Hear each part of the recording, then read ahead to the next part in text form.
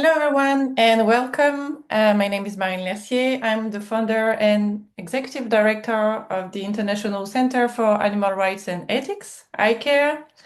We are truly pleased to welcome you today to this online seminar marking World Laboratory Animals Day, co-organized with Medicine Without Cruelty, and we thank you very much for joining us. This date reminds us of the immense suffering caused by animal experimentation to millions of animals worldwide, and of the urgent need to bring it to an end, of course. And this is a day to reaffirm our commitment to building a science free from cruelty. And this is also a powerful opportunity to advocate for a future where knowledge and scientific progress are rooted in ethics, in compassion, and in scientific progress and human relevance. Ending animal experimentation is not only a moral imperative, but it's also a scientific necessity, one that requires us to reimagine research, policy, and education in ways that center both human and non-human animal well-being. We're especially glad to welcome such a brilliant panel of women working in law, in science, in education, and in advocacy. Their work is a testament to what is possible when we align innovation with empathy for all sentient beings. We are honored to begin with Rebecca Critzer's lecture on the legal aspect of animal experimentation. Rebecca is an assistant professor at Johns Hopkins University, Bloomberg School of Public Health, where she is part of the toxicology policy program led by Dr. Paul Luck. This program brings legal and scientific experts together to develop the best policies and laws for public health. She is also adjunct faculty at Indiana University Robert H. McKinney School of Law, where she teaches animal and the law, and at Lewis and Clark Law School, where she teaches animal legal philosophy and co-teaches law and ethics of animal testing. Rebecca is active in the American Bar Association's TIPS Animal Law Committee, where she co-chairs the Science and Technology Subcommittee. So as Marie mentioned, I'm an assistant professor at Johns Hopkins Bloomberg School of Public Health. I'm part of the toxicology policy program. I do want to say at the outset that my expertise primarily lies in United States law. And so while I will make mention to some of the laws in other jurisdictions, I know that some of you here today probably have greater expertise than I do in those spaces, and I welcome your input and questions during the Q&A session. So just a bit here about our toxicology policy program. Here's a photo of our team. We are an interdisciplinary team comprised of both scientists and lawyers. We strive to promote education in this space, to promote the research of non-animal models, and also to advocate for non-animal models through our work both at the federal and state level. Every year, we take a few objectives to Congress, we speak with congressional staffers, and try to help them understand why we think this is an important area of law to move forward. We are an active team on social media and the like, so I've just included our website information here. You can connect with us directly on our website, and I've also listed some of our social media outlets. Okay, so that's enough about me and the team. Let's talk a little bit about the basics of laboratory animal law. So, in the United States, there are two main federal laws. And if you have done any advocacy work in the US for animals, you are probably familiar with the Animal Welfare Act. This act certainly covers more than just the use of animals in research and science, but it actually got its start around this topic because there were concerns. So, this was back in the 1960s. There were concerns that people's pets were being lost or even stolen and then sold into research and testing. If you're not familiar with the story of a dog named Pepper, I do encourage you to look it up. It is unfortunately a sad story with a sad outcome. But if there is a silver lining, it's that this Animal Welfare Act was passed in 1966 because of this event. So, what does the Animal Welfare Act do? Well, it provides a mandate for regulatory oversight by the United States Department of Agricultural or the USDA. And under this statute, research facilities are required to register with the federal agency. So, a research facility is any facility that uses or intends to use live animals in research tests or experiments. The statute mandates that the USDA conducts on-site inspections of these facilities at least once a year.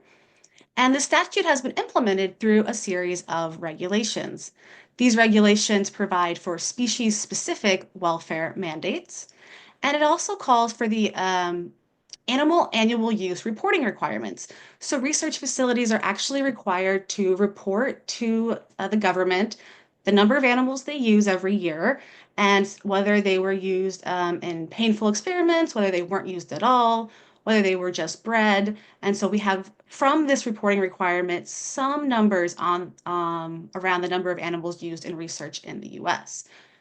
I will get a little bit more into that in a second, but I also want to highlight for you a lesser known federal law in this space, which is the PHS policy, stands for the Public Health Services Policy. Um, this policy comes to us from the Health Research Extension Act of 1985, or the HREA, and that act required this policy be put into place. This policy operates a little bit differently. It's less of a traditional regulatory oversight and more sort of contractual in nature. Institutions that conduct research on animals must submit what is called an assurance to the federal agency, in this case, the Office of Laboratory Animal Welfare, or OLAW. OLAW does not have a mandate to do annual on-site inspections. Instead, they're most likely to go on-site to inspect the facilities when they're initially bringing on a facility for their insurance or if concerns are reported to OLAW. Instead of the AWA, where regulations spell out the species-specific welfare requirements, the PHS policy defers to what is called the guide. And I've included for you here an image of the cover of the guide for the care and use of laboratory animals, just more informally known as the guide. There are limited reporting requirements. So, for example, if a protocol gets shut down prematurely or there's a minority opinion and the ethics committee review, those must be reported to the federal agency. But there's no annual reporting requirement around the number of animals used under this policy. And really importantly, the PHS policy only applies when federal funding from a public health agency is being used to conduct the animal research.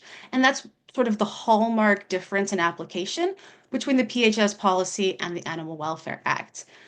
It was a time where I thought the Animal Welfare Act, I think in part because it's much more well known, covered more facilities, covered a higher number of animals being used.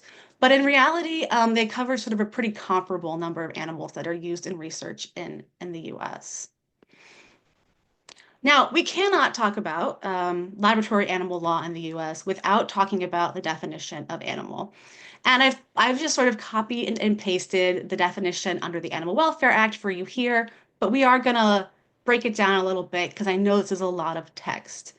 I just want to say at the outset that the definition of animal in both the Animal Welfare Act and the PHS policy serves to limit the scope of these laws. And so there are animals that don't get covered by the reporting requirements, don't get covered by the welfare standards, don't get covered by the ethical oversight because they fall outside of the scope of how the law defines animal. So let's take the first half of this, and I've highlighted some of the text, the important text. So the way this definition is structured is it starts off with any live or dead, and then is a series of animals, dog, cat, monkey, hamster, or such other warm-blooded animal as the Secretary of Agriculture may determine is being used. So really what this is saying at the outset is by animal, we mean a warm-blooded animal. This is a bit of an outdated phrase in my opinion, but you can think of this is going to include mammals, it's not going to include your reptiles. Um, but we can't stop there. If we stopped there, the Animal Welfare Act would cover many more animals than it actually does today. We have to go to the next section because this is where we get a series of exclusions. So warm-blooded, except, and this is very important, not birds, rats, or mice bred for the use and research. Now, I think the last estimate was that mice and rats make up about 110 million of them being used in research every year in the US alone. But we don't have any exact reporting data on them because they are excluded from the Animal Welfare Act, and there is no reporting number requirement under the PHS policy. Now, there are other jurisdictions, certain countries in Europe, for example, that do include reporting requirements, and they do include mice and rats. So we know it's feasible to be done, but we don't currently do that in the United States. Exclusion 2 and 3 focus on traditionally farmed animals. Um, I do want to highlight, so number 2, horses not used for research. And then number 3, other farm animals that are sort of used for food production generally. So what this means is that when you have a traditionally farmed animal, a horse, a cow, a pig, etc., that is being used for research, they are not exempted under this 2 and 3 that you see here. Which is really important because there is a fair amount of research that occurs in the US on farmed animals for the purposes of understanding their reproduction and nutritional needs. Okay, so now the PHS policy. This definition is a little simpler, a little more straightforward, but still limiting. Under the PHS policy, a definition of animal is any live vertebrate animal. So this is going to include the mice and the rats and the birds, regardless of what they were bred for. But it's importantly not going to include certain animals like octopus that are increasingly becoming of interest in a laboratory setting. And so lastly here, I want to focus on sort of bucketing the different types of research, different types of ways we use animals in research. So you can bucket this in a couple of different ways. This is just one way that has made sense to me. So at the start here, I have basic research. And this is research that's done with animals in order to increase our knowledge, in order to increase the information, the way we understand things. But it's not necessarily going to have a specific endpoint. It's certainly not attempting to necessarily cure a specific disease or a specific ailment. And so this is primarily governed by the NIH. We also have testing with animals around chemical safety. So we can think about the use of Teflon in our pans or toxic spills into our waterways. And then we have the FDA comes in under what's known as the Federal Drug and Cosmetics Act, ensuring cosmetic safety and drug and safety and efficacy.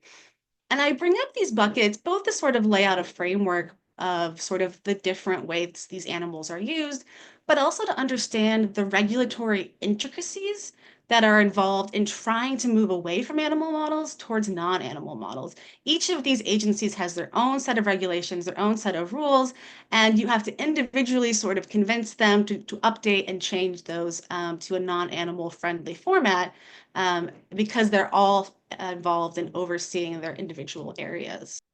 So on whole, what's the really important part here? Laboratory animal laws primarily focus on welfare. They don't necessarily focus on animal rights. They're not looking to necessarily liberate or free the animals. They're looking to make sure the animals have adequate water and food and appropriate shelter, making sure the animals have opportunity for socializing or are isolated if necessary.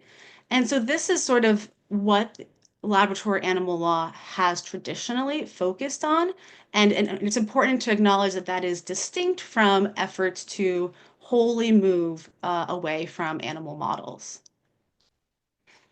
Okay, so I want to talk a bit about the ethical oversights that are involved in laboratory animal law. And specifically, I'm going to talk about the 3 Rs, which I think are prevalent in most jurisdictions, and then also IACUCs, which may be a US specific committee. So first, let's start with the 3 Rs. The 3 Rs in their basic form are replacement, reduction, and refinement. And replacement is this idea of moving away from animal models towards non-animal models. You can have what's called absolute replacement, which is what I just mentioned, or you can have a partial or incomplete replacement. That type of replacement relies upon a hierarchy that on its face is essentially the more like a human you are, the higher you are on the hierarchy. So, for example, you might look to replace monkeys with fish under an incomplete replacement model or a partial replacement model. The three R's also include reduction, using fewer animals, not using more animals that's actually necessary, and refinement, which is when you use the animals, you want that process to be as painless as possible, and you also want to make sure you're providing them the appropriate enrichment and engagement that they need. Sometimes reduction and refinement can come at a head with one another. There's a move to not use animals in multiple experiments, and that's part of the refinement part of the three R's. But you can imagine that if you did use an animal in multiple experiments, you might be able to use fewer animals. So there's a bit of tension sometimes between those two R's. So stepping out a minute and scope and looking at the three R's, I've called this an ethical framework, and for our purposes, I think that's fine. But I do want to note there are some people who dispute the idea that three R's are a true ethical framework. The three R's were originally created in the 1950s by individuals known as Russell and Birch, but they weren't widely used for another 20 years or so until the 1980s. During the 1980s and certainly today, they are widely used in laboratories, regardless of what their legal or regulatory oversight mandates. The three R's are explicitly required by the guide that I referenced earlier. Interestingly, they're not explicitly required by the Animal Welfare Act or the PHS policy, but they certainly are implicitly required through those laws. You certainly will find the essence of the three R's through both of those laws. Now, there's something known as the fourth R, which is not legally required in most jurisdictions and is not part of the original three R's, and that is rehoming. This idea that many animals that were used or have been used in research still have a good quality of life, a long quality of life they could live if they were adopted out or moved to sanctuary. Now, I think this is a really great goal. I very much advocate in favor of the rehoming goal, but I do want to note that there are some limitations around this. So it's a resource intensive. You have to provide the finances to care for these animals for their life, the facility and the infrastructure, as well as the transportation.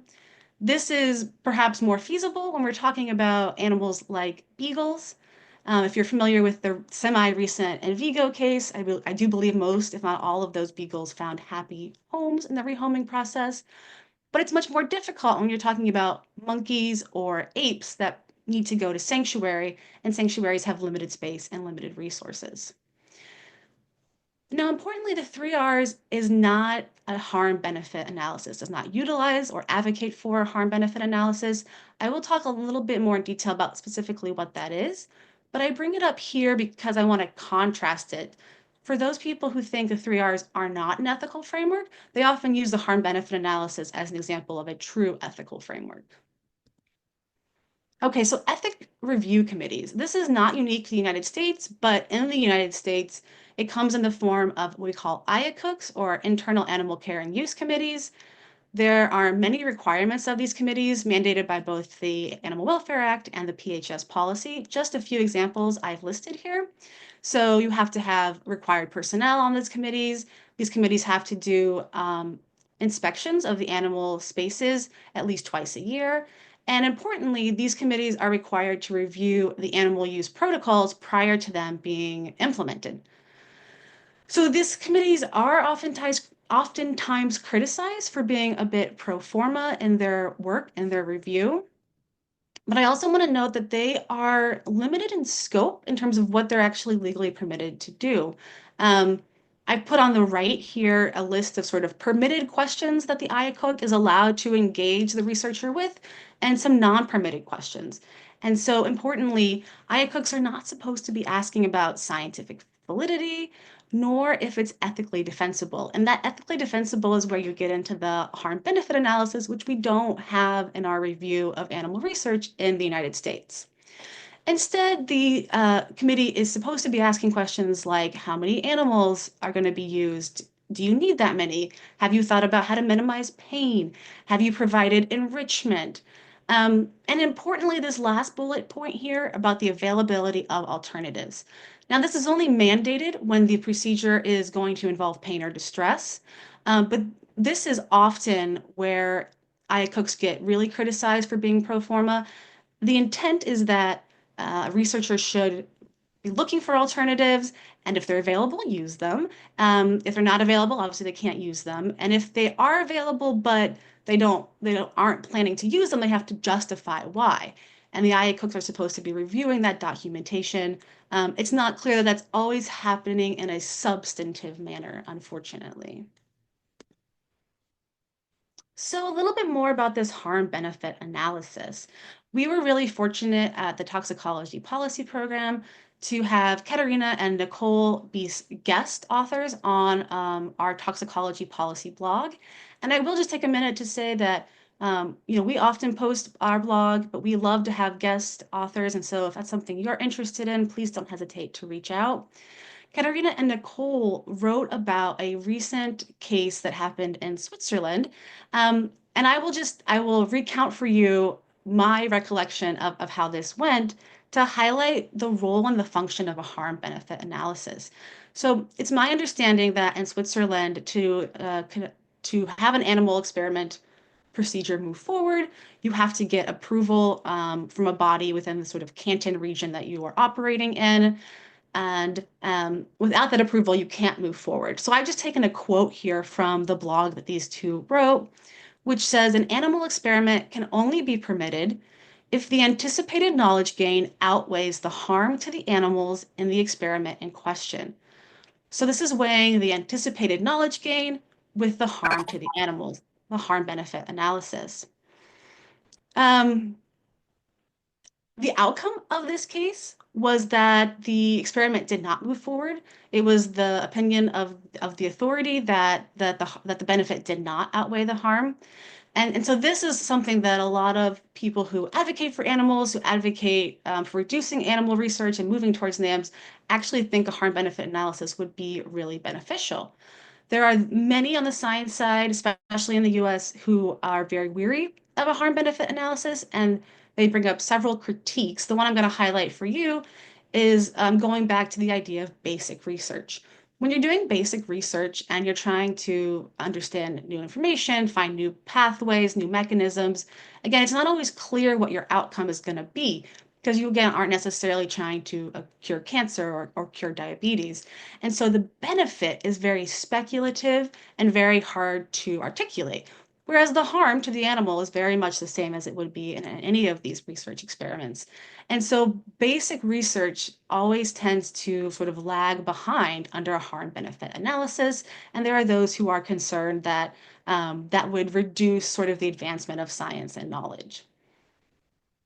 Okay, so moving away from animal models, I'm going to talk briefly about non-animal models or new approach methodologies. NAMS has several different meetings depending on who you're speaking with, as well as this sort of recent idea of using just funding, cutting funding to move away from animal models. So again, I'm going to highlight these different buckets of the way animals are used in research and testing in the US. And I bring this back up mostly to highlight the intricacy of all these different agencies and how we can make these change efficiently and effectively. And so in the United States, there is a committee known as the Interagency Coordinating Committee on Validation of Alternative Methods. For shorthand, we call it ICVAM. I believe Europe has something similar. And this committee came into creation through a congressional statute. And in that statute, it has these 5 objectives. So it seeks to increase the efficiency and effectiveness of test method review, eliminate unnecessary duplication, optimize utilization of scientific expertise, ensure that new and revised test methods are validated, and importantly, reduce, refine, and replace the use of animals in testing where feasible. You'll note that where feasible language, there's almost always an off-ramp or some deference given to the replacement of animals. In 2018, ICVAM put out this strategic roadmap, and the role of ICVAM is to really help facilitate the work of moving towards NAMs between the various and numerous agencies. I've highlighted for you 3 agencies here. I believe ICVAM is actually comprised of maybe, I think it's 17 or 19 agencies today, and so there's several more, which I think further highlights how complicated this matter can get and can become. So ICVAM maintains a database of alternatives that have been submitted for regulatory approval and sort of keeps track of how they move through the process. And it's similar to, but not identical to what's called TSAR, so I'll talk about here in a second, which is an international database. So before I move to that, I want to bring up the OECD, which you may be familiar with. It's the Organization for the Economic Cooperation and Development. This is an international organization that was began back in the 1960s. Originally, there were 20 member countries. Today, there are 38.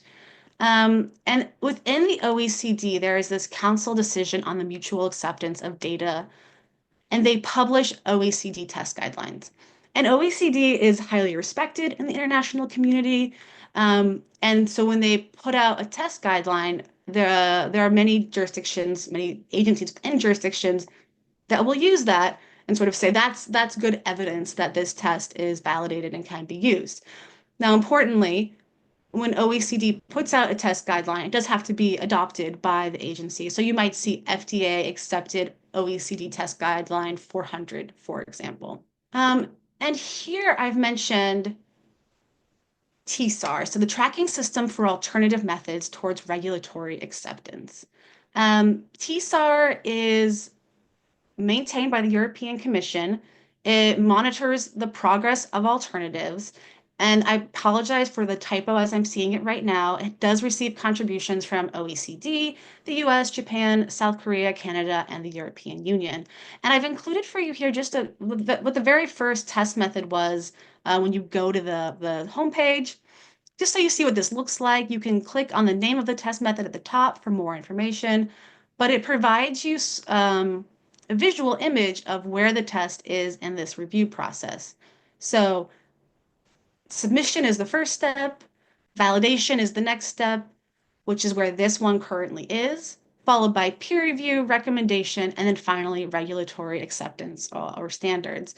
And I did a quick search to see how many of, I think there's 143 that are currently in this database, and fewer than I think 10 have regulatory acceptance as mentioned in this database. I also want to note this database is comprised of both complete replacement alternatives as well as those partial or incomplete replacement alternatives. So it's not all 143 are going to get us fully away from animal models. Okay, and the second to last, I apologize, this was the last. Now this is very US specific, so I apologize for the non-US folks in this chat with us, but this just happened. So I mentioned several agencies, and we often in this space criticize the FDA of sort of being the slow tortoise in terms of moving towards alternatives or not animal models. For whatever reason, they have traditionally been very reluctant and very hesitant to make that switch away from animal models. But just either last week or the week before, the FDA put out this new roadmap, and it's titled A Roadmap to Reducing Animal Testing and Preclinical Safety Studies. And so this was very exciting for us, and I just want to highlight for you 2 of the stated objectives that FDA has put out under this roadmap. So the first is establishing validation and qualification pathways. And this is really important. So I walked you through some of the systems that are in place to help facilitate validation and qualification pathways, but it's actually a very unclear process. Industry really struggles in terms of if you're developing NAMs, how do you get your NAM regulatorily approved? If you're an industry that develops drugs and you want to use it on animal model, how do you know that the FDA, for example, will accept the data from a non-animal model? There's not a lot of clarity around those processes. So the fact that FDA highlighted this was really important and at least a step in the right direction. They also mentioned the development of regulatory guidance and standards. So if anyone is familiar in the US, we had the FDA Modernization Act 2.0 a few years back. And in very simple terms, it updated the statutory language to make it very clear that animal tests are not required for the development of drugs, medical devices, biologics, and the like. Unfortunately, FDA in the past several years since that statute has been amended hasn't made hasn't implemented the change. So the regulations don't currently reflect that statutory change. And so this seems like a signal that maybe they are moving towards actually doing that implementation. I will note there is a bill in Congress right now called FDA Modernization Act 3.0 that seeks to sort of force FDA's hand. So we'll see how that plays out between the FDA saying they're going to do this under this roadmap and that current bill that's in Congress. Okay, so the last thing I want to um, talk with you about is this idea of animal research and funding. So I do feel like I have to highlight White Coat Waste as a group in the US who has been advocating for defunding animal research for a very long time. More recently, Congress has also gotten on board. So government funding accounts for a large portion of the funding that goes to animal research here in the US. And that is both in the US. The US also funds animal research outside of the US. And that's what the PHS policy sort of covers, right? That's why their scope is so wide. So there's this push through acts like the SPARE Act and the Cargo Act to simply say federal funding in X period of time, which, for 3 years, it's the SPARE Act, for example, can no longer be used to fund animal research. And that would be sort of a huge change if that happened. It's raised a lot of questions around whether the private sector would pick up that, with whether the private sector would fund that animal research, or if ending federal funding would really be a big boon to moving away from animal testing. So that is out there right now. We'll see if that gets any traction or moves forward. I mentioned up here the Maryland law. I will just say very, very briefly, it is a state law that charges a fee to facilities that use animal research and uses the fee that's collected to issue grants to fund the development of non-animal models. It's a bit of a test case to see how that works out. Maybe other states will adopt it. We will see. And with that, I thank you for your time and attention, and I will stop sharing my screen. Thank you, Rebecca. Thank you so much for your lecture. And our next lecturer is Savita Nutan from Medicine Without Cruelty. So I will give you the floor, Savita, to introduce yourself and deliver your presentation. Thank you so much, Marin. So thank you all for joining us today for World Day for Animals in Laboratories. My name is Savita, and I am the founder of Medicine Without Cruelty, a non-profit educational organization dedicated to teaching modern animal-free science. And I'm pleased to present my talk today, No More Phasing Out, Time to End Animal Testing Now. So each year, an estimated 115 to 200 million animals are used globally in science, and that's a conservative estimate. Much of the world doesn't even require this data to be made public, and after hearing Rebecca's talk, they might not even be classed as animal under the law. Mice, dogs, monkeys, rabbits, and a whole host of animals are bred on, tested, and killed. And these methods are plagued by poor reproducibility. The results can't be reliably repeated, even within the same species. Clinical trials, as you'll see, staggering failure rates. More than 90% of drugs that pass in animal tests fail in humans. Why? Because animal biology is not human biology. They cannot model our complexity, our genetics, our diseases. So I ask you all today, and I want you all to sit with this question, why have we not ended it already? And if there's one take-home message from this seminar, it is simply this. The time is now to embrace scientifically effective non-animal methods that can save lives, both human and animal. So in today's seminar, we're going to talk about why animal testing must end now, the scientific imperative, the alternatives that can replace animal testing right now, and why the phase-out approach is harmful and insufficient. Now, let's take a closer look at just how widespread and unjustifiable the use of animals in science still is. Drug and vaccine development alone accounts for up to 25% of all animal procedures. Toxicity testing adds another 20%, despite the availability of animal-free technologies that are specifically designed around human biology. That's something animals have never represented. But the single largest category is biomedical research, which makes up around 45%. Much of this is exploratory, curiosity-driven, and it still is heavily reliant on animal lives. And there are even lesser known areas where animals continue to be used. Gelatin capsules and wound dressings.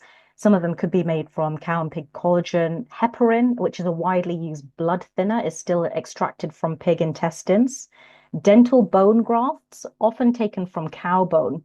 Even in veterinary medicine, we see the same problem.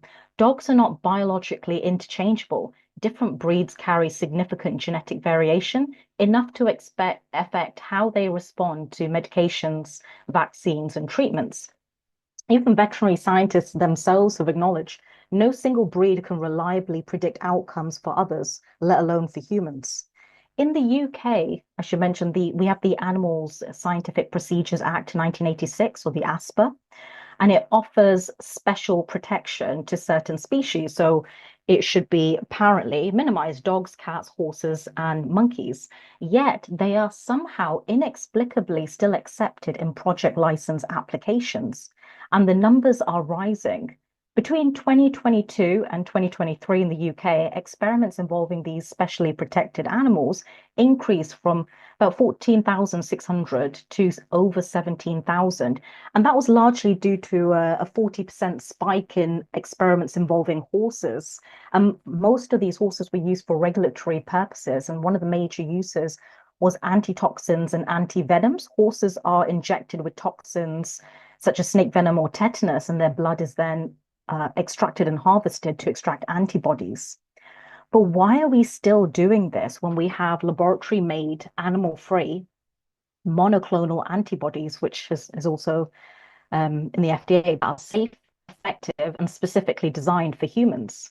These and a vast array of animal-free technologies exist. They're proven, they're available now. So I ask you again, how long are we going to continue this practice, and what exactly are we waiting for? Okay, so let's take a closer look at the drug development process. It begins with drug discovery, where thousands of compounds are explored. Then comes the preclinical testing, and this is a stage where animal testing is still unjustifiably a regulatory requirement, and it's supposedly a gatekeeper what is safe and effective. But if it passes the stage, the drug enters clinical trials, where it's tested in humans in several phases. These trials check how well it works, how safe it is, and whether the benefits outweigh the risks. And then finally comes regulatory approval, and the drug eventually reaches the market. Of all the drugs that enter human clinical trials, meaning they passed animal testing, about 90% fail.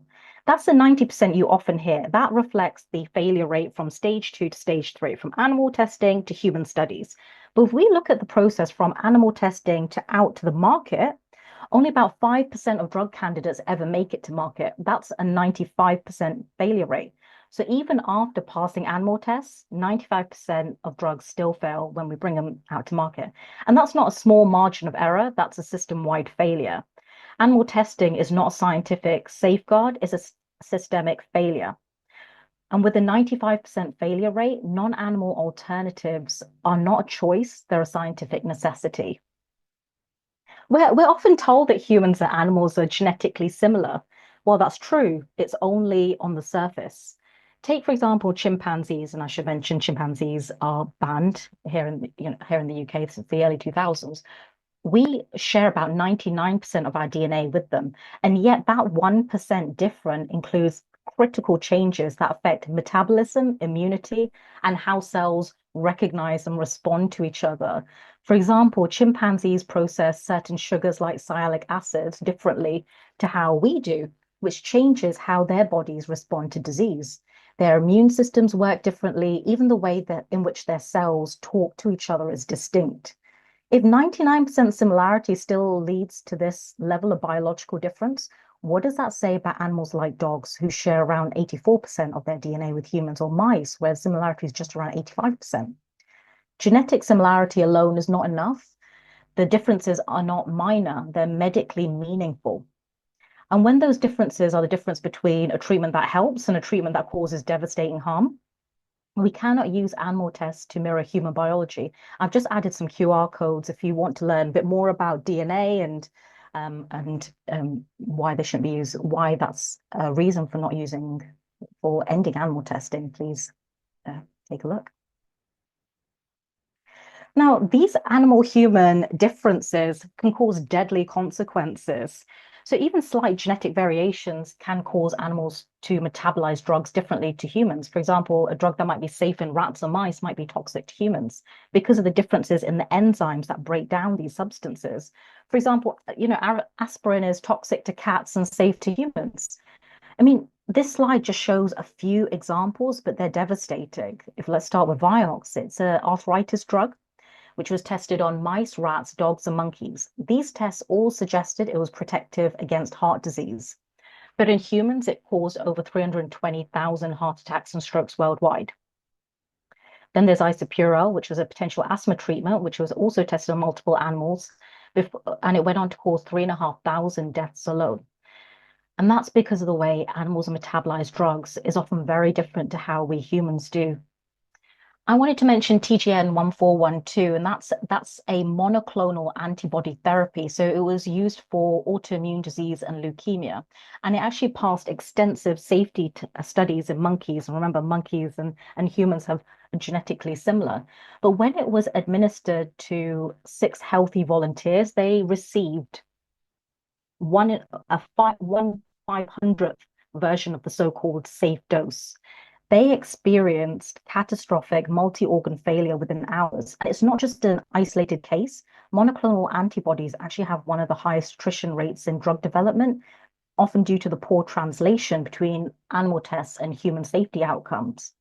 And it shows us something critical, that even highly controlled animal studies cannot predict human immune responses with any accuracy or consistency. And as we enter the era of personalized medicine, this becomes even more dangerous because humans vary widely in how we respond to treatments. And animals, by contrast, are genetically have lower diversity, making them fundamentally incapable of how a drug will behave in real people. They're not just outliers, they're serious warnings. And on my website, you can have a look at a detailed list of drugs that passed animal testing and went on to cause deadly consequences in humans. I urge you to take a look, and it's by no means complete. The list goes on. Now, cystic fibrosis is actually one of the clearest examples of why animal testing fails to replicate complex human disease. CF, or cystic fibrosis, affects multiple systems: lungs, digestion, growth, immunity, all intricately tied to human biology. But animal tests cannot recreate the human experience of this disease. So mice, for example, they don't develop spontaneous lung infections, mucus plugging, or progressive respiratory decline. Even in more refined attempts in like CF pigs and ferrets, lung infections don't often progress like they do in humans. They're less severe and inconsistent. And mice are fantastic. They actually have a compensatory mechanism. So whereas digestive enzyme deficiencies might be quite serious in humans, actually their symptoms are quite mild. So they buffer the symptoms, and weight loss is a classic sign that doesn't happen in many animals. And here's a critical clinical reality: we can't measure breathlessness or lung function decline, and most animals don't even develop upper airway infections. Now, the question becomes, if animals can't mimic disease, how are they going to guide treatment? And the answer is they can't, and they shouldn't be the standard we rely on when we have human-derived systems that can. And so animals do not replicate the full spectrum of CF, and we have human-based methods like patient-derived organoids, which offer a complete and predictive platform for understanding and treating this complex disease. Now, here's the reality: animal testing doesn't just fail in isolated cases or isolated disease. Take Alzheimer's. Mice have been cured countless times, yet 99% of Alzheimer's drugs fail in human trials. Stroke, over 1,000 experimental treatments succeeded in animals. Not a single one has helped human patients. ALS, sepsis, HIV, diabetes, we see the same pattern. Success in animals, failure in humans. Vaccines that have worked in monkeys, that have not only failed in human trials, they've even increased the infection risk in some cases. And cancer, we've been trying to cure cancer in mice for decades, and patients are still waiting. So the next time someone claims animal testing is essential, point them to this table. They're not rare failures, it's a systemic failure, and we must stop calling it science. So cystic fibrosis is not the exception, it's the rule. And this is ivacaftor. So sorry, coming back to CF, this is ivacaftor. It's a breakthrough drug for cystic fibrosis, specifically for patients with this particular rare subtype. They have this G551D mutation. And now here's the key point. No animal could have replicated this human mutation, not in mice, not in pigs, not in ferrets. In fact, this treatment only came to light because researchers used laboratory-grown human cells to study the disease directly. And the impact, patients experienced 55% fewer lung flare-ups. They gained weight, because actually weight loss is one of the classic hallmarks of cystic fibrosis. So they gained weight, dramatic improvements in lung function and chloride balance, things that animal studies failed to uncover. And it's a clear example of how human relevant science can lead to life-changing treatments. And CF research highlights something powerful. When we rely on human-based non-animal methods, we make real progress. And it's not just that they're supplementing animal testing, they've replaced them, and they gave us ivacaftor. Now, regulators have even begun to accept organoid data to approve new CFTR drugs for rare mutations. And as you see here on the right, you can see that this is, if you, rather crudely, but if you look at a lung airway, if you chop it in half and you can look down it, that's what you're seeing by these little bubbles. And human-derived organoids show real-time response to CF drugs. So you can see that, one of the classic hallmarks is this thick mucus that actually the CF drugs is causing that bubble to look bigger, to get bigger. And no animal could replicate this spectrum of response. And FDA now supports the use of like this in early drug evaluation. I've just highlighted a good article, and if you want to learn more, I've done another 10-minute video on organoids. So you're looking at an actual organ on a chip, sliced in half to show what's happening inside. So one channel holds real human organ cells, and that's on this flexible membrane, so that cells can talk to each other. And the other mimics blood flow. So you can see the lung cells are there sitting, and then the capillary cells are there underneath. Now, either side are chambers that apply mechanical forces, and it can simulate breathing in a lung. If this was heart on a chip, it could be beating in a heart, or even peristalsis in the gut. This technology is not new. The fundamental structure you just saw with its dual channels and real human cells and mechanical motion has existed for over 2 decades. We had the physical tools, we had the biological insight. What animal testing scientists didn't have, or perhaps weren't willing to let go of, was the reliance on animal testing. Instead of fully embracing these human relevant systems, we've clung to animals that don't reflect human biology and continue to cost animal lives. So when we hear the term phase out, we must ask ourselves, what exactly are we waiting for? Because the science has already moved forward, and it's time the systems we use catch up. In fact, the physical architecture of the organ-on-chip platform, this microfluidic channels and flexible membranes, has remained largely unchanged since its inception in the early 2000s. What's changed is how we apply it. From we might once use commercial cell lines, we can now use patient-derived, genetically diverse human cells, sometimes from the very individuals we're treating. And we've moved beyond single organ systems to complex multi-organ models. And, we're pairing these chips with real-time imaging, creating an insight-rich platform that gives us data that animals could never do. And finally, they're scalable. They're not fragile prototypes anymore. They're commercial tools used by research labs and drug developers around the world. So again, the question isn't whether these technologies exist. They do, and they have done for quite some time. The question is, why are we still defaulting to animal testing when relevant tools are already in our hands? Now, organ-on-a-chip platforms are no longer experimental. They're already being used and accepted in a landmark study in communications medicine. Researchers demonstrated that the human liver on a chip, and this was by a company called Emulate, it improved patient safety and reduced small molecule clinical trial failures due to liver toxicity by up to 87% with 100% specificity. I mean, liver chips predicted liver toxicity from a drug that passed animal testing but was pulled from market after harming patients, and it's now used in pharma and shared with the FDA. Lung chips, as I mentioned, can simulate breathing, allowing inhaled drugs to be tested in human airways without animal exposure. And multi-organ systems are even more powerful. We can link the liver, heart, and gut, and we can see how drugs behave across organ systems, predicting toxicity and metabolism. And so they're not theoretical tools, they're functionally adopted and increasingly forming the backbone of human relevant drug development. So we move on to omics and AI, so powerful tools that accurately predict and not guess. Omics refers to a collection of disciplines in biology that study the collective characterization or quantification of biological molecules. Essentially, it's the structure, the function, and the dynamics of a living being is what we can understand.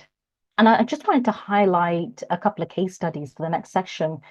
So with transcriptomics, and I should explain what transcriptomics are. So if you imagine DNA to be a recipe book, so making all the cell types, your tissues, your organs, it provides the blueprint for it. From DNA to actually having an organ, that process, a bit in the middle, the starting point is gene expression. So gene expression is taking sections from the DNA, so kind of particular recipes in order to eventually make that liver. The study of gene expression is transcriptomics. And they're actually a diabetes treatment candidate underwent high throughput transcriptomics in human liver cells, and it detected an early marker of liver injury. And animal studies missed this toxicity completely, and it was confirmed in clinical trials where patients developed liver damage. So it highlights how human relevant data can predict drug dangers that animals overlook, improving safety decision making. So we've seen how organ on a chip allows us to recreate human organs, not in theory, but in practice. But what if we could go further? What if we could predict how a drug could behave before we even test it in a dish? And that's where AI, machine learning, and omics technologies step in. They're not just digital tools, they're part of modern science. And just like organ chips, they're replacing outdated animal-based assumptions with real human-specific data. So they're being increasingly used to predict chemical toxicity, and there's projects such as the NIH Tox 21 program and development of AI systems such as Deep Tox, so that provide high accuracy. I just wanted to highlight one example. So a machine learning model called Razor trained on over 10,000 chemicals, which predicted the toxic effects with 89% accuracy. 87% accuracy and 89% sensitivity. In tests for eye irritation and other endpoints, this AI identified toxic compounds reliably than animals, and the methods are under validation by 16 agency committee, including the FDA and EPA, and it's underscoring its potential to replace animal-based safety tests. And I just want to make it clear, animal testing was never the gold standard. It was simply the standard that this generation of scientists inherited. It's shocking reproducibility. I mean, you repeat the same animal test, you'll get a different result nearly 1 in 5 times. Its sensitivity is worse. Animal testing misses toxic substances more than 30% of the time. And now we have tools like Razor that are consistent, sensitive, and accurate. And so it's not a future vision, it's a statistical fact. We're not replacing a gold standard, we're leaving behind a broken one. So now we've seen human relevant technologies that are already saving lives and scientifically sound. Why are they still the exception and not the rule? And one major reason is The current validation system is outdated. It was built to validate tests against animal tests, not against human biology. And this is a dangerous problem. And Thomas Hartung from the Center for Alternatives to Animal Testing puts it plainly. If the gold standard is flawed and animal tests are deeply flawed, then comparing everything to them will hold science back. Validation must shift its focus from does this look like an animal result to does this predict what happens in a human? And that's the real test. That's the standard that we should be holding new methods to. And Thomas Hartung isn't just critiquing the system, he's offering a pathway forward. Instead of forcing every new method to mimic animals, we need fit for purpose validation that's flexible, responsive, and focused on real world use. We should embrace AI enhanced tools to interpret massive data sets and validate reliably and fast. And above all, we must base our confidence in science, not on outdated comparisons to flawed testing, but on predictive power for humans. And that's how we're going to modernize drug development, and that's how we're going to end animal testing. And we often hear that we need more validation. And the problem is, it's not the lack of scientific rigor, it's the current validation system is built for outdated, harmful practices. And these proposed frameworks by Thomas Hartung's paper, like modular validation, AI-driven e-validation, mechanism relevance testing, could transform the system, but they're not the norm yet.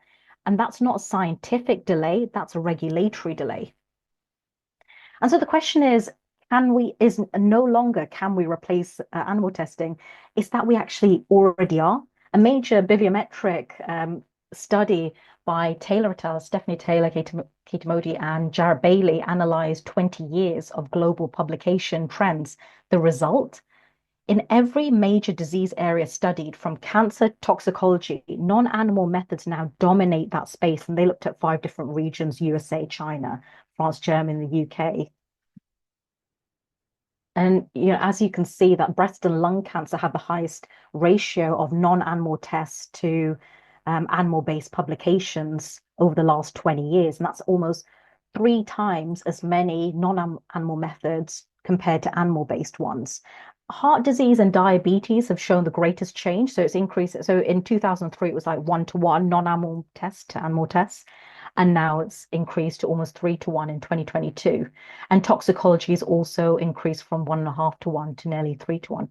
There was a distinctive increase in the rate of change for lung disease, blood cancer, diabetes, and heart disease around 2016 to 2018. It's possible that the high failure rate through clinical trials, and you can hear the 95%, but when you look at individual research areas, now for cancer is 94.7% failure rate, 94.1% for neurology, 95.2% for cardiovascular disease. And that's why it's a major drive to move to non-animal methods. And you think, how is animal testing allowed to continue?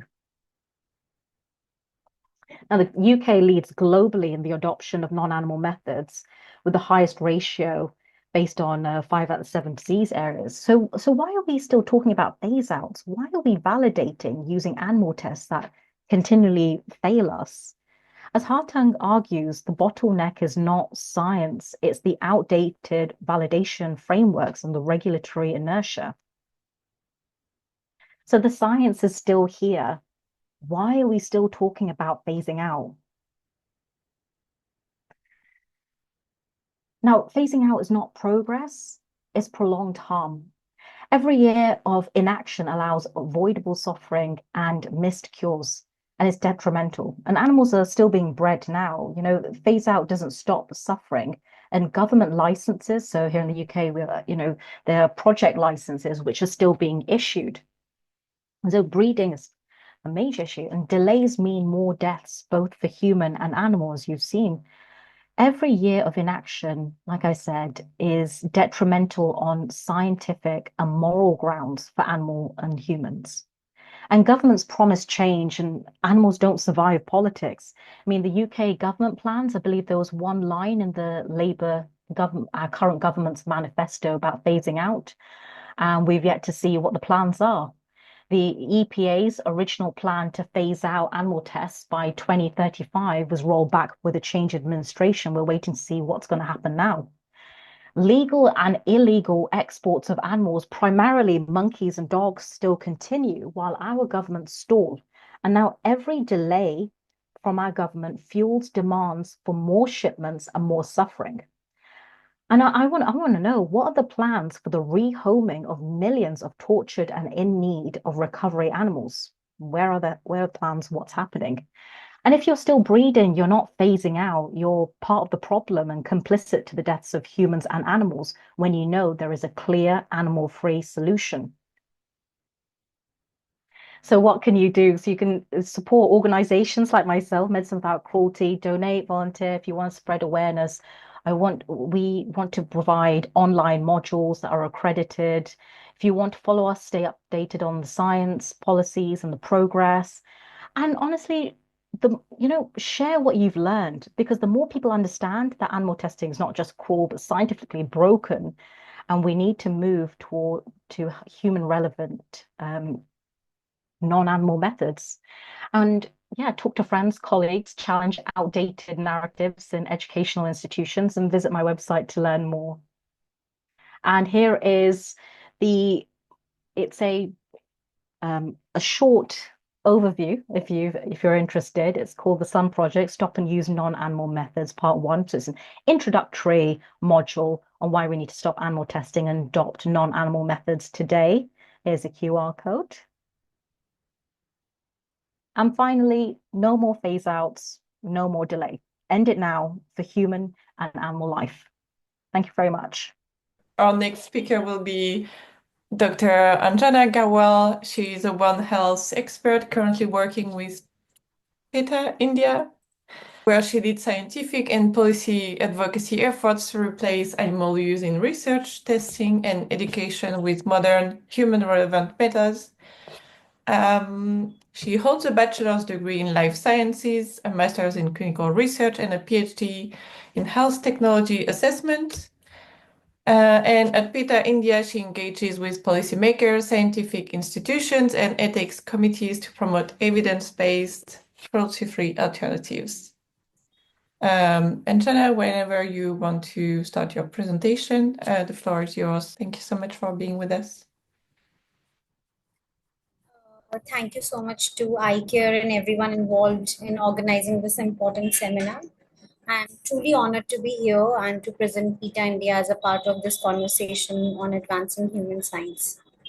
So before I dive into the main topic, I would just like to put some shine on some of the amazing science teams at PETA that are really driving change behind the scenes. So most of the people, they think that PETA is all about protest and posters, but there is a whole world of lab coats and policy work you should know about. So PETA is one of the world's largest animal rights organization with over 9 million supporters globally. It includes PETA US, the PETA Foundation, and affiliates like PETA India. And there are two teams that lead PETA efforts to end tests on animals. One is our laboratory investigations department, which focuses on ending the use of animals in experiments not required by law. And the other one is regulatory toxicology department, which focuses on replacing the use of animals in tests required by law with human relevant animal-free toxicity testing approaches. While LID and RTD, they directly campaign and negotiate to end animal tests, our SAO provides the scientific backbone and outreach needed to change the culture of research. And the PETA Science Consortium International is a global team that unites scientific experts from PETA and its affiliates by pooling their expertise in toxicology, pharmacology, cell biology, and more. And this consortium drives international efforts to replace animal tests with cutting-edge alternatives. So all these departments and groups, LID, RTD, SAO, Science Consortium, they form a cohesive force within PETA to end animal experimentation. PETA's global science teams are busy reshaping how the world approaches research. Here in India, we have been doing our own heavy lifting. PETA India, based in Mumbai and Delhi, was launched back in January 2000 and just celebrated its silver jubilee. So, for 25 years, we have been working on the same core belief that animals are not ours to experiment on, eat, wear, use for entertainment, or abuse in any other way. From exposing cruelty in labs to pushing for policy changes, rescues, and public education, we have been turning the tide, one hard fought win at a time. Now, with all this work going on, from investigations to policy reforms, one might ask, why are we pushing so hard to replace animal experiments? Don't they help humans? Like, that's a totally fair question, and we hear all the time. So let's talk about it. Uh, so now, most people assume that we are still doing it and it must be working. But here's the thing, that we have been sold a myth. The idea that animal experiments are helping humans isn't backed by modern science. So let's take a closer look. So in the existing system of animal research, like Savita mentioned, that new drugs take about 10 to 15 years to reach the market, and over 95% of them fail when they reach clinical trials. And last I checked, the Department of Science and Technology in India, it funds over uh, 12 lakhs crores on research and development for the year 2020 to 2021. And this is having, despite uh, despite an increasing number of studies showing that more and more scientists acknowledging that the results on experiments on animals are often not reproducible. And the failure of animal testing is also evident in the fact that more than 2 decades of drug discovery in India have not led to a single new chemical entity that has entered national and global markets from India. Although I must acknowledge that there are a few molecules that have been out licensed to pharmaceutical companies globally. These examples about misleading data from animal testing were already covered by Savita, so I'm going to skip this one. And like Savita mentioned, that laboratory animals are so physically and mentally unwell that we cannot even translate data from them to their wild counterparts because of growing concern about the lack of applicability of animal research to humans. And so many journals have officially banned the publication of studies involving these experiments on animals from their pages. So for the bigger changes, PETA India has developed its research modernization deal. It's a comprehensive literature review that was conducted to identify research areas of animal experimentation.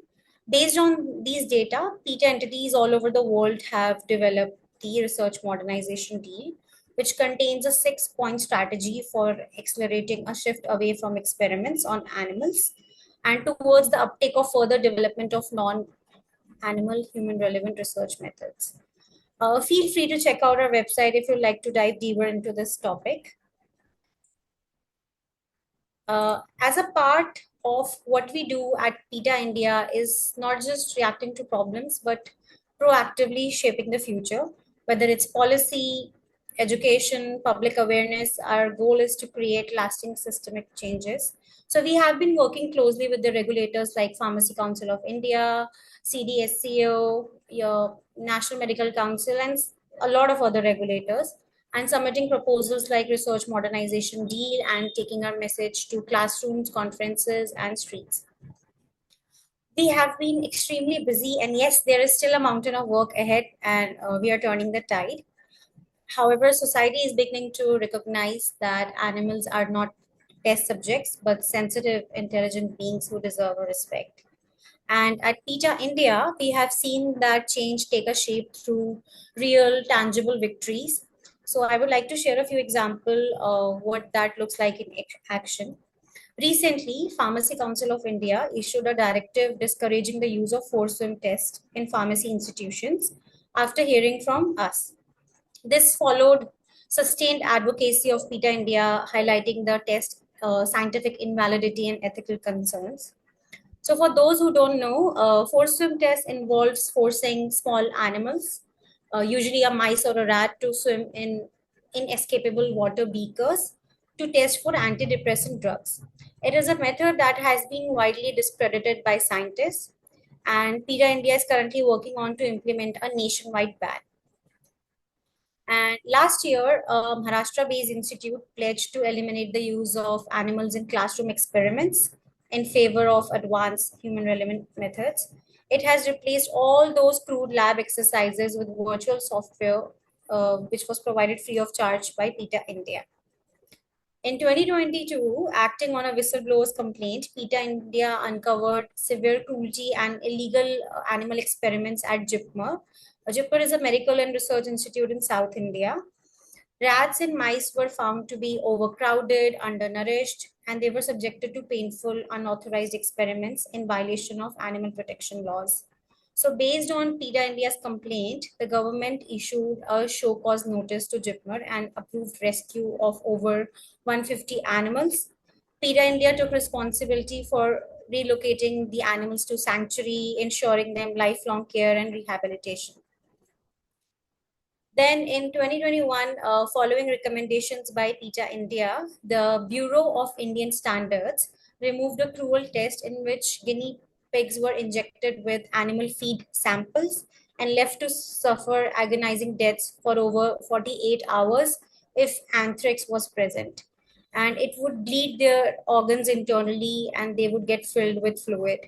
So Bureau of Indian Standards has now approved modern polymerase chain reaction methods, which are highly precise, completely eliminating the use of animals. This change adopted under Ministry of Consumer Affairs is a direct result of PETA India's persistent advocacy and ensures that no more guinea pigs endure such slow and excruciating deaths in feed testing. The list, of course, is never ending. So if you would like to see more of what we have accomplished over the last 25 years, to visit our website. And the last slide, that was quick. So I will leave you with this little comic, which says it all, really. Maybe it's time we invest a bit more in curing our own insensitivity. Thank you so much for being here today, for caring and for being part of the movement that's making science kinder and smarter. If you want to stay in touch or learn more, you know where to find us, petaindia.org. Let's keep pushing forward together. That's all from me. Thank you so much. Thank you, Anjana, for sharing your expertise in PETA India's work on behalf of animals. Our next speaker is Isobel Martin, Public Affairs Director at Animal Free Research UK. Isobel graduated with a languages degree from the University of Oxford and has worked in animal protection organizations throughout her career, focusing on both leadership and animal advocacy role. Sorry, something appeared on my screen. She's passionate about working constructively with policymakers to secure progress for both animals and people. Animal Free Research UK works for a world where animals and humans lead healthy, happy lives free from suffering. And I will leave you, Isobel, present and see more about Animal Free Research UK's amazing work. Thank you. Thank you so much, Maureen, and thank you for the invitation. It's great to be here. I'll tell you a bit today about Animal Free Research UK and our work here and some of the current opportunities and challenges that we have. So we're a long-established charity that has a history of directly funding human-specific animal-free medical research. And that's enabling the development of new methods and enabling groundbreaking research using existing methods. So since we were founded in 1970, we have provided £11.5 million in funding for 300 different research projects, and that's included areas like cancer, diabetes, and dementia. And that's resulted in some really exciting breakthroughs. So, for example, the development of mini hearts via some research that we funded at the University of Nottingham that provide a much more reliable way to do research into heart disease and to test new drugs. So obviously moving away from animals with the ethical benefits that offers, but also, as we've heard today already, offering methods that are just so much more human relevant and likely to result in progress. And what you can see here on the screen, if I can get it to play, is actually some beating heart cells that were created by the team at the University of Nottingham, which is really exciting to see. It doesn't have sound, unfortunately. So moving on, we have this long history of directly funding animal-free research, but we realised that actually in order to create the change that we wanted to see in the long term, we would need to start working with policymakers as well. As a small charity, we'd never be able to provide enough funding to enable the transition to animal-free science. So we started working with policymakers in the UK Parliament, initially raising awareness about the benefits of non-animal technologies and how they really provide the best chance of fast-tracking medical progress. And we continue to do that, working in a number of ways. So we provide detailed briefing information to MPs and peers in the UK Parliament, particularly drawing on our network of scientific experts. One thing that we feel is really important then that we like to do is to give MPs and peers the chance to actually see this really inspiring science firsthand. So we actually organise lab visits for them to go visit, speak with scientists who are using non-animal methods, see the research, and really importantly, hear directly from the experts about why these methods are so much more effective as well as being more humane. And you can see some of the, at the bottom there, there's a photo of one of the lab visits, which we always find really impactful. We also provide secretariat support, so help to run an all-party parliamentary group on phasing out animal experiments in medical research, which I can talk a bit more about later. So that's also a key part of our work in Parliament. So I'm going to talk a bit more about our policy work in more depth in a second, but I just wanted to let you know as well about another strand of our work that we've added in. So as well as doing the work on funding scientists directly and raising awareness in Parliament and building support for policy change, we realised that another strand that was missing for us and we felt would really help to make our work much more effective was an initiative targeted specifically at scientists and directly providing practical support for scientists within both industry and academia to help them overcome barriers to transitioning away from the use of animals. So towards the end of last year, we launched the Centre for Human-Specific Research, which is intended to address some of those challenges faced by scientists and create awareness about the benefits of non-animal methods, and to provide practical training, support, education, and opportunities for collaboration. So I also wanted to share a link to the Centre for Human-Specific Research website, because there's some really valuable resources on there. For example, some papers that have been written by our expert scientists, analysing sort of the current state of play and how we can move beyond some of the barriers. Also some really detailed scientific information about the new methods, and it also looks at the support that we offer. So things like the specific tailored training initiatives, our Ask the Expert service, the antibodies database that scientists can use to replace the use of animal-derived antibodies. And we feel that this sort of practical aspect is really important. So, for example, last year we hosted a 2-day workshop, an organ-on-a-chip masterclass, which gave researchers the chance to learn about this. Obviously, we've heard today, really important technology, and to then really importantly take that knowledge back to their institutions to share that with colleagues and enable others to implement the use of this technology rather than using animals. So I wanted to talk a bit more now in more detail about our policy work. So we spent some time when we initially set this up building broad support, cross-party support amongst politicians from different parties about the benefits of animal-free science and these human-specific techniques.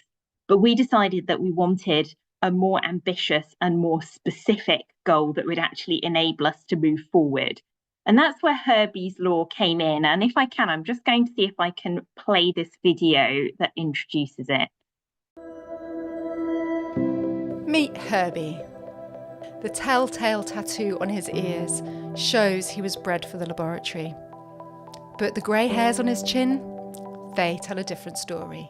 One of freedom, family, and finding love in a forever home. Herbie is one of the lucky ones. Yet for every Herbie, there are countless others who aren't so fortunate. Nearly 3 million animals are used in British laboratories every year. But it doesn't have to be this way. The good news is that animal-free technologies can replace the use of animals just like Herbie in medical research. That's why we're calling for Herbie's Law, a bold step towards a future where animals are no longer used in the name of science. It's a commitment to progress, to compassion, to a brighter future for all. Herbie says, "Hey UK, are we there yet?" Let's make sure the answer is yes. Join our campaign now, calling for legislation that will help the UK to replace animals with these new and exciting technologies. Do it for every animal you've ever loved, and do it for Herbie. Please visit animalfreeresearchuk.org/Herbies-law and take action today. Thank you. Herbie is a rescued beagle who lives with our CEO, Carla Owen. He was bred for use in a laboratory, but the facility that bred him decided ultimately that he was surplus to requirements and wasn't needed. So unlike many others, he actually had the chance to live a lovely, happy life. But of course, he's such an important reminder of all the dogs and other animals who don't have the opportunity and suffer in laboratories instead. So I'll talk in a little bit more depth about Herbie's Law. So what it does is it sets a goal of moving away from phasing out animal experiments over the next decade and mandating the replacement of these with the human-specific methods that we know are so much more effective. It sets out how scientists would be supported with the transition, and also how the government must be held to account in ensuring that progress happens. And I did just want to say a little bit as well about the concept of Herbie's Law and about its call for a phase out, because at Animal Free Research UK, we completely agree that we really need to see an immediate end to animal experiments. In fact, they clearly should already have ended, both for ethical and scientific reasons. The reason why we have Herbie's Law and the call for change over the next decade is simply in order to increase the chances of having support from the government and less opposition from the scientific community, and in order to provide more support in enabling that transition to happen. Completely understand that there are obviously very different perspectives. I think it's really positive that there are as well organisations who are pushing for just an immediate end, full stop. I think it's really positive to have different approaches, but that's just a bit to explain our thinking behind it. Certainly not in any way that we're not on board with an immediate end, but this is simply a strategic method to try to ensure some progress. So as to where we've got to with this so far, as we've already heard, there has been sort of some very initial interest from government in putting forward some policies on this. So as Savita mentioned, there was a line in the current government's manifesto on working towards a phase out of animal testing. That is obviously extremely vague, doesn't contain any sort of specifics, and that's why we feel it's so important to actually have a piece of legislation that moves this forward. So a particular milestone for the campaign for Herbie's Law came when a bill based on Herbie's Law, which was actually introduced into Parliament. And the video, it's the moment when the MP who introduced this bill actually sort of did the formal thing of putting it forward. And that was a really inspiring piece of progress because it happened after the MP, Steve Race, visited one of the labs where we're funding research, our Centre of Excellence at the University of Exeter. And he was so inspired by what he saw there that he decided actually it was time to put forward a bill based on Herbie's Law, so a draft law based on our campaign. So unfortunately, the form that it's in, and because of parliamentary processes, it's not likely to move forward and become law this time around. But obviously, we fully appreciate that this is something that's going to take quite some time. So we're going to be keeping pushing. Ultimately, we're calling on the government to support this, because if they did, then time could actually be made for it and it could move forward. But we'll also be continuing to work with Steve and other MPs to get the bill introduced via other routes in the next parliamentary session if it doesn't move forward this time. But still a great piece of progress to have that introduced and moving forward. We've continued to see really strong cross-party support, so from MPs and peers of different parties for Herbie's Law and for moving away from animal experiments. There are still some significant challenges and barriers that we've already spoken about quite a bit today. I think in terms of encouraging the government to move forward on this, one of the real sort of barriers that we've seen is that they've been very reluctant to put a date on moving away from animals, which is absolutely core as far as we see it. Without having a date, it's going to be much more difficult to get any sort of progress, and we point to previous progress that has happened. So, for example, the ban on cosmetics testing on animals was made possible by having a date, and without that, we think it's going to be difficult to see progress. I will just click through to the last slide, which we will be continuing to build support. We're really keen to collaborate, and please do feel free to get in contact with me. Thank you so much for your presentation and for the amazing work that you're doing with Animal Free Research UK for animals. Our next and final speaker is Daniela Medina, Compliance Director and co-founder of Protejo. Daniela is a law graduate from Universidad de Chile with experience in corporate law, labor law, and public policies.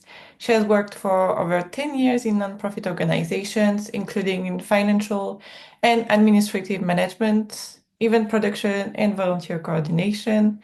And she currently represents animal protection organizations in the Chilean National Bioethics Committee.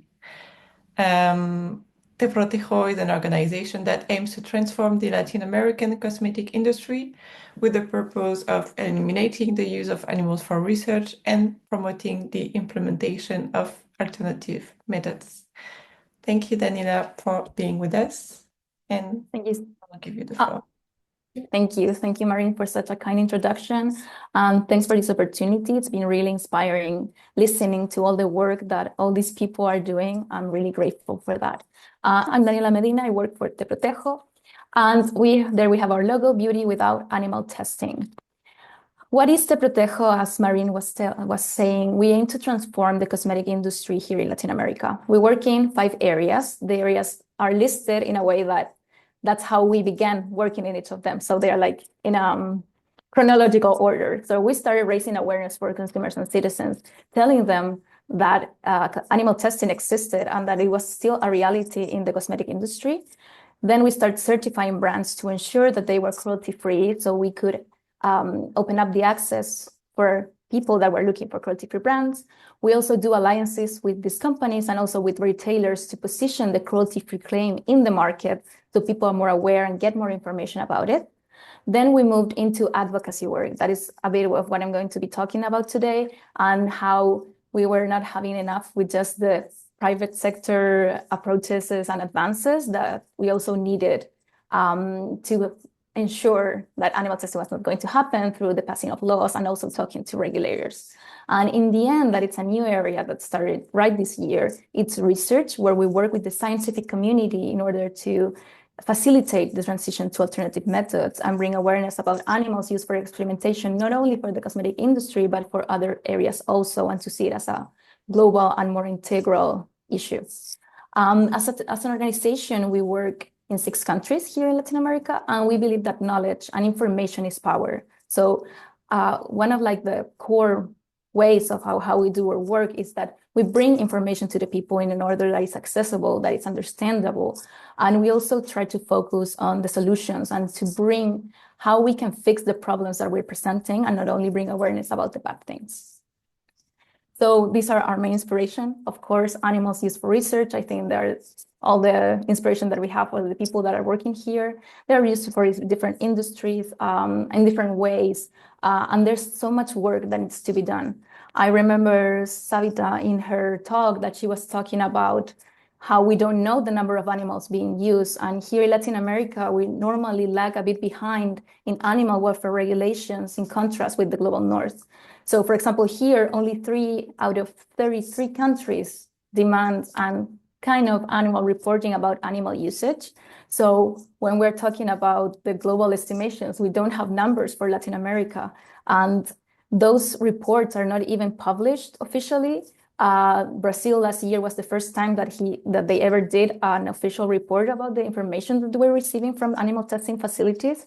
And it was a breakthrough. So it's been a very challenging in that way. And we as Protejo started working in 2012 when you could Google animal testing for cosmetics or something like that, you would get a Spanish blog from Spain talking a bit about animal testing. And in the European Union, they were already in the final phase of the cosmetic ban. So we're lagging behind. And we also move in the cosmetic industry. That is a huge industry here in the region. And we only have 6 countries that have banned animal testing for cosmetics for the cosmetic industry. So that's where we're situated here as the Protejo. And the way that we work is very related to the 5 areas that I already told you about. Our shared goal and our only goal is to transform the cosmetic industry by eliminating animal testing. And for that, we work with consumer awareness. We try to increase cruelty-free products and make a transformation in the corporate policies of the brands and companies. We work directly with them so they can be our allies, and in that way help our advocacy work in order to, in the end, promote alternative methods that are, in the end, the solution to the animal testing thing.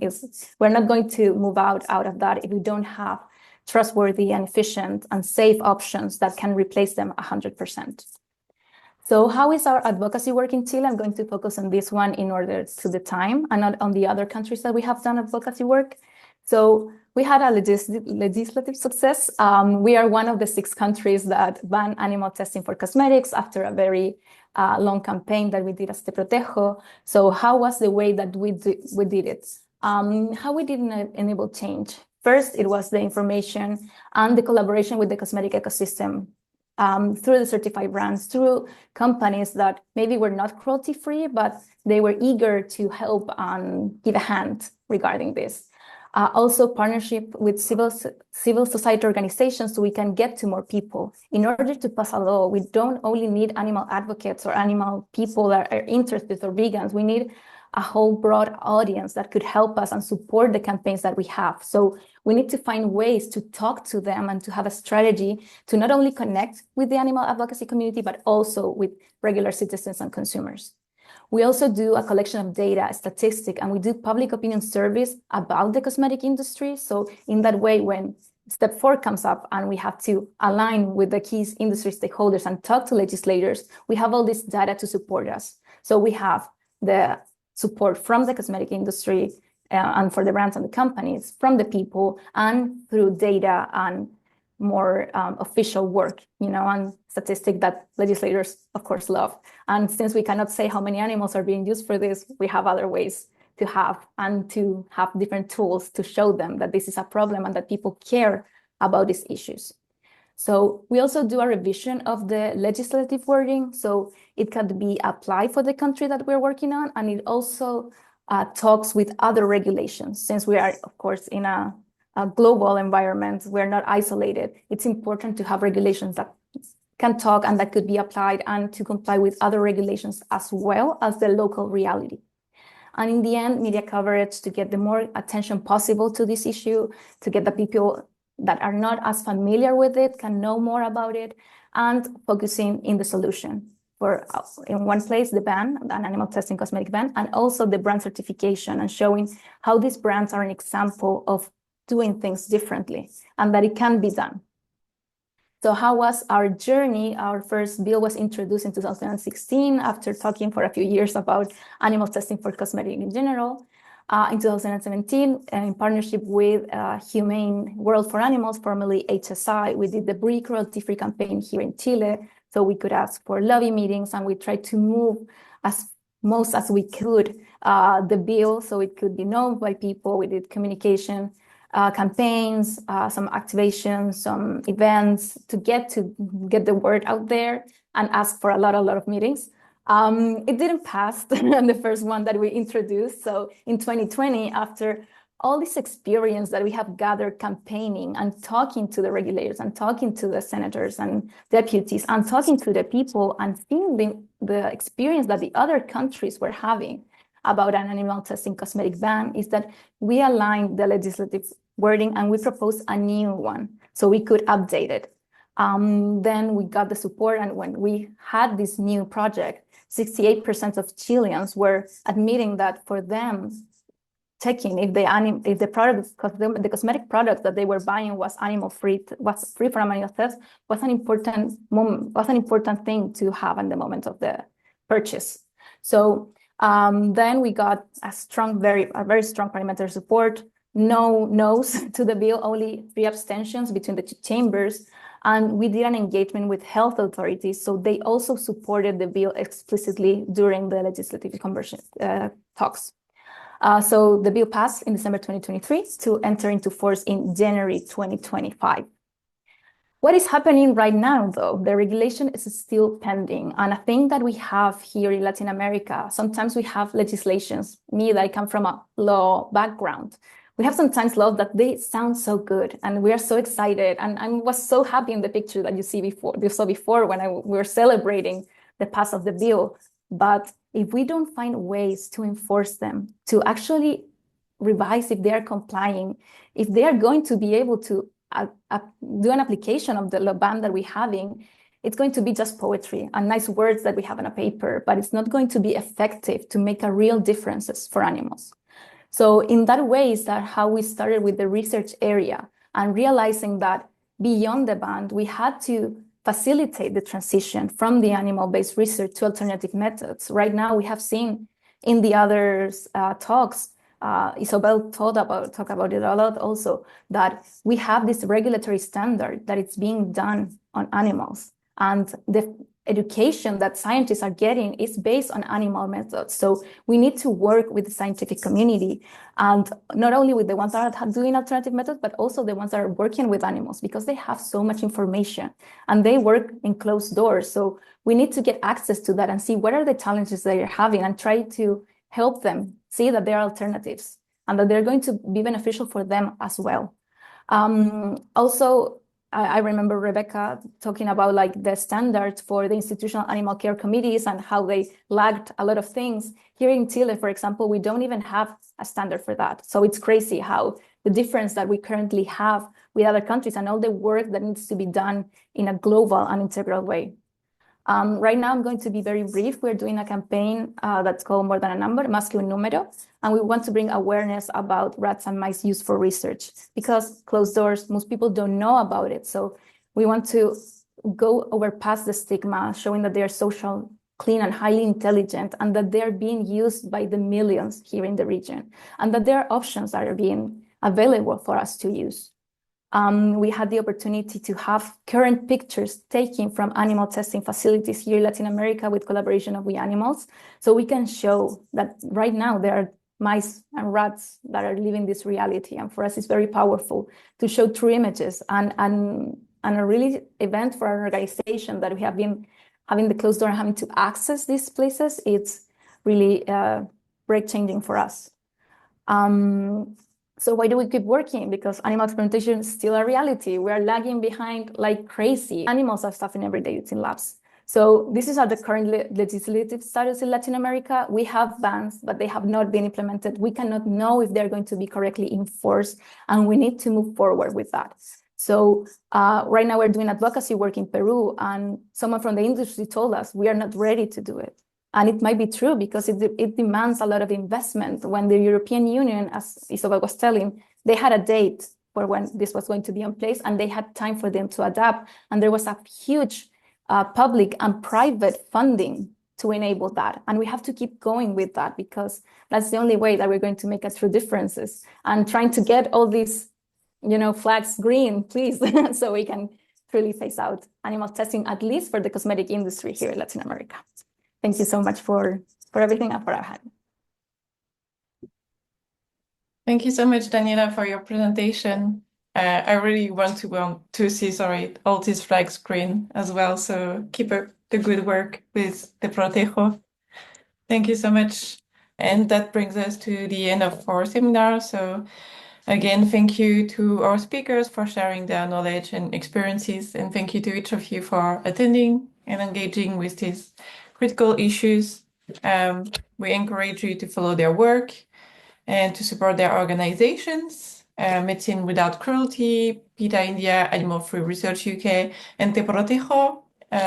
We have shared links to their websites and social media, so just support their work.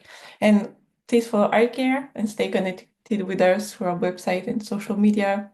Take care.